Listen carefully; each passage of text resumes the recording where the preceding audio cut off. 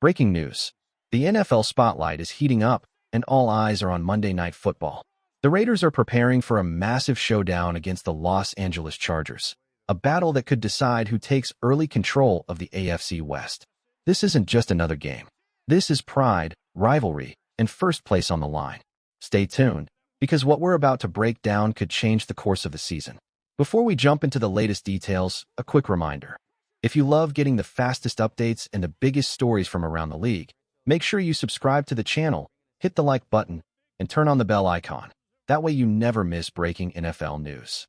Now, let's move on to the story everyone's talking about. The Raiders and Chargers have delivered some unforgettable moments in recent years. Clutch plays, last-second drama, and games that left fans on the edge of their seats. And now, the stakes couldn't be higher. On the offensive side, one major question stands out. Can Geno Smith carry over his Week 1 brilliance into this primetime matchup? His numbers in domes are incredible. 30 touchdowns to just 5 interceptions in 14 games, with a quarterback rating over 110.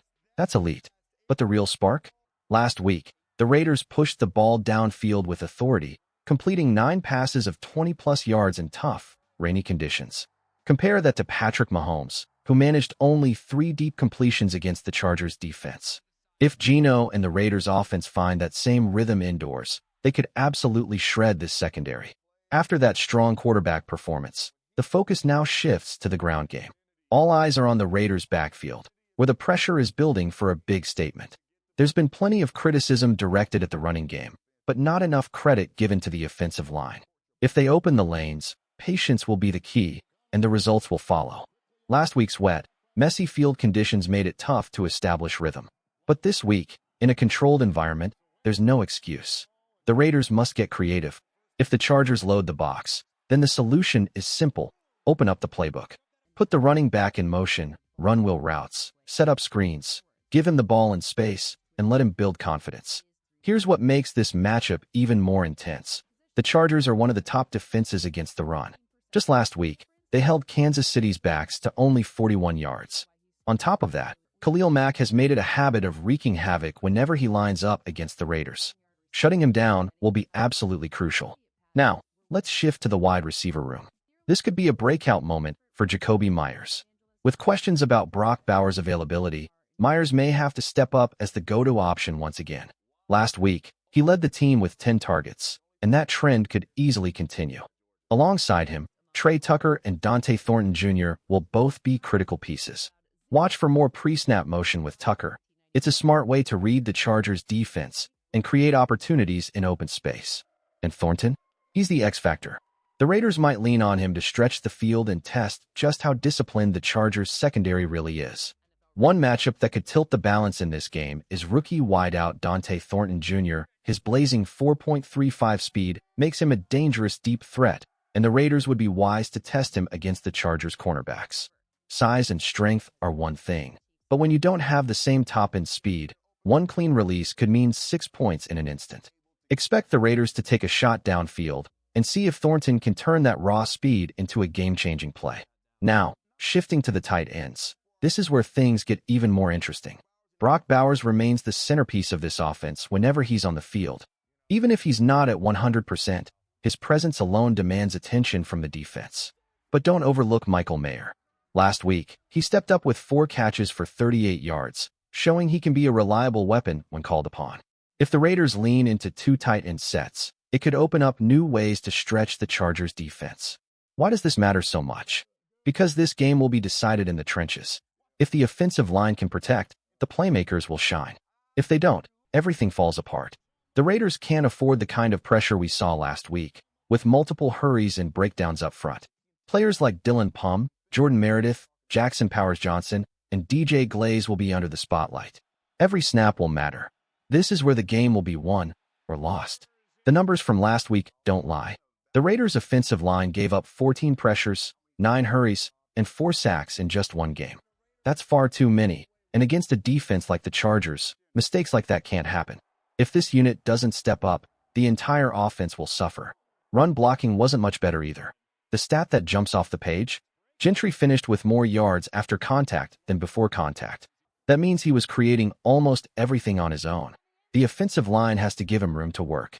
If they don't, the Raiders will be fighting uphill all night. Now here's the challenge. The Chargers may not blitz as often as other teams, but they don't have to. If they can generate pressure with just 4 rushers, it forces the quarterback into rush throws and shuts down the deep ball. And if Khalil Mack and company find their rhythm early, it could be a very long night for Las Vegas. That's why this game may ultimately be decided not by the highlight plays, but in the trenches. The Raiders linemen must bring their absolute best. No excuses, no second chances. Protect the quarterback, create running lanes, and give the offense a chance to succeed. But remember, offense is only half the story.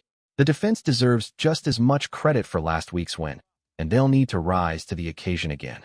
Because while the headlines often go to the offense, it could very well be the defense that decides whether the Raiders walk away victorious on Monday night. Now, let's flip the focus to the defensive side of the ball, because stopping Justin Herbert is the real test. Last week against Kansas City, he looked sharp, decisive, and every bit the franchise quarterback. But here's the thing. Under the brightest lights, Herbert has sometimes struggled. The Raiders have to make sure this Monday night is one of those moments. How do you do that? Simple, pressure. Max Crosby has to play like the game changer he is, the heartbeat of this defense. He doesn't just need to show up, he needs to dominate. Opposite him, Tyree Wilson must keep building on last week's performance, while Malcolm Kuntz adds more of that disruptive energy. Together, this front has the potential to rattle Herbert before he ever finds his rhythm. The blueprint is clear. Collapse the pocket with 4 rushers, force Herbert into bad decisions, and make him uncomfortable from the very first drive. And while sending extra blitzes can help, the defensive line has to be the difference.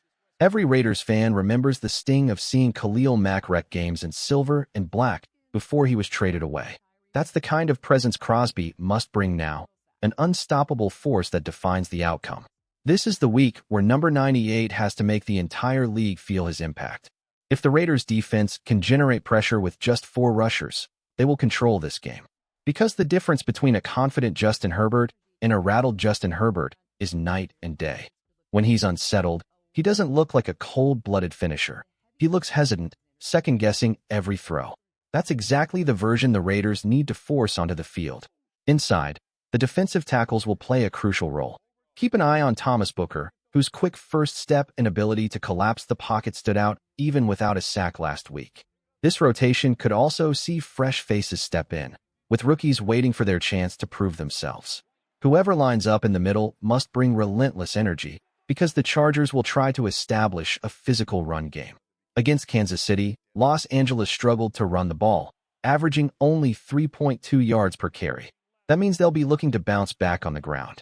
But if the Raiders hold firm in the trenches and disrupt that rhythm, it puts even more pressure back on Herbert. And that's exactly where the advantage shifts. Now, let's move to the linebacker group. Last week, they were flying all over the field. Devin White delivered a phenomenal performance. Jermaine Pratt was everywhere, and Tommy Eichenberg stepped in and impressed with his physical play. Even with Alondon Roberts dealing with an injury, the depth and intensity of this unit stood out. The linebackers must bring that same fire again, because if the front 7 plays with discipline and aggression, the Chargers' offense will find themselves in constant frustration. One of the most telling signs from last week was how well the defense held up even without Alondon Roberts on the field. Credit where it's due, the linebacker group performed above expectations. But now comes a tougher challenge. Against the Chargers, those linebackers won't just be chasing wideouts. They'll have to handle tight ends and running backs in coverage. That means quick reads, sharp discipline, and no room for mistakes. The real test, though, lies with the secondary. This week will reveal just how ready this cornerback group is. Against New England, Jacorian Bennett and Kyle Kelly stepped up, but the challenge was different. The Patriots' receivers are not the Chargers' receivers. Los Angeles is built to attack downfield, and last week their wideouts combined for 232 yards and 3 touchdowns, the most production from any receiver group in the league. That's why all eyes turn to Keenan Allen. He remains the heartbeat of this offense, the player who keeps drives alive and moves the chains when the Chargers need it most. Shutting him down will be the key to slowing this attack. Expect to see a lot of nickel coverage, with Eric Stokes, Kyler Blue Kelly, and the veterans rotating in to handle the pressure. If the Raiders' corners can contain Allen and limit explosive plays, the defense can tilt the balance of this game. But if they lose that battle, Herbert will find his rhythm, and once that happens, stopping the Chargers becomes a whole different problem.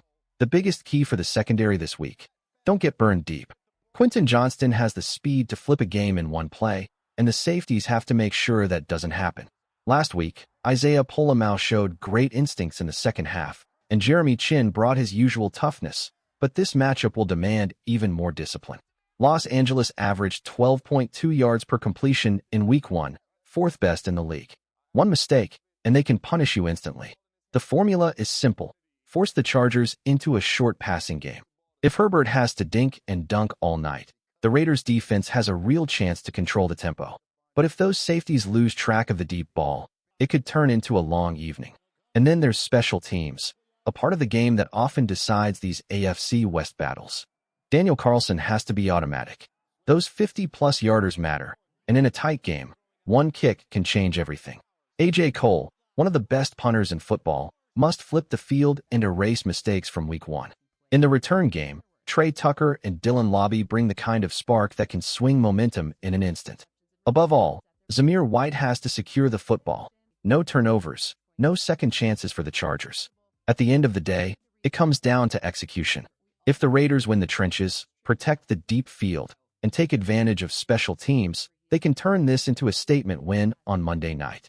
The entire country will be watching, and this is the moment to show that Raider football is alive, physical, and ready for a fight.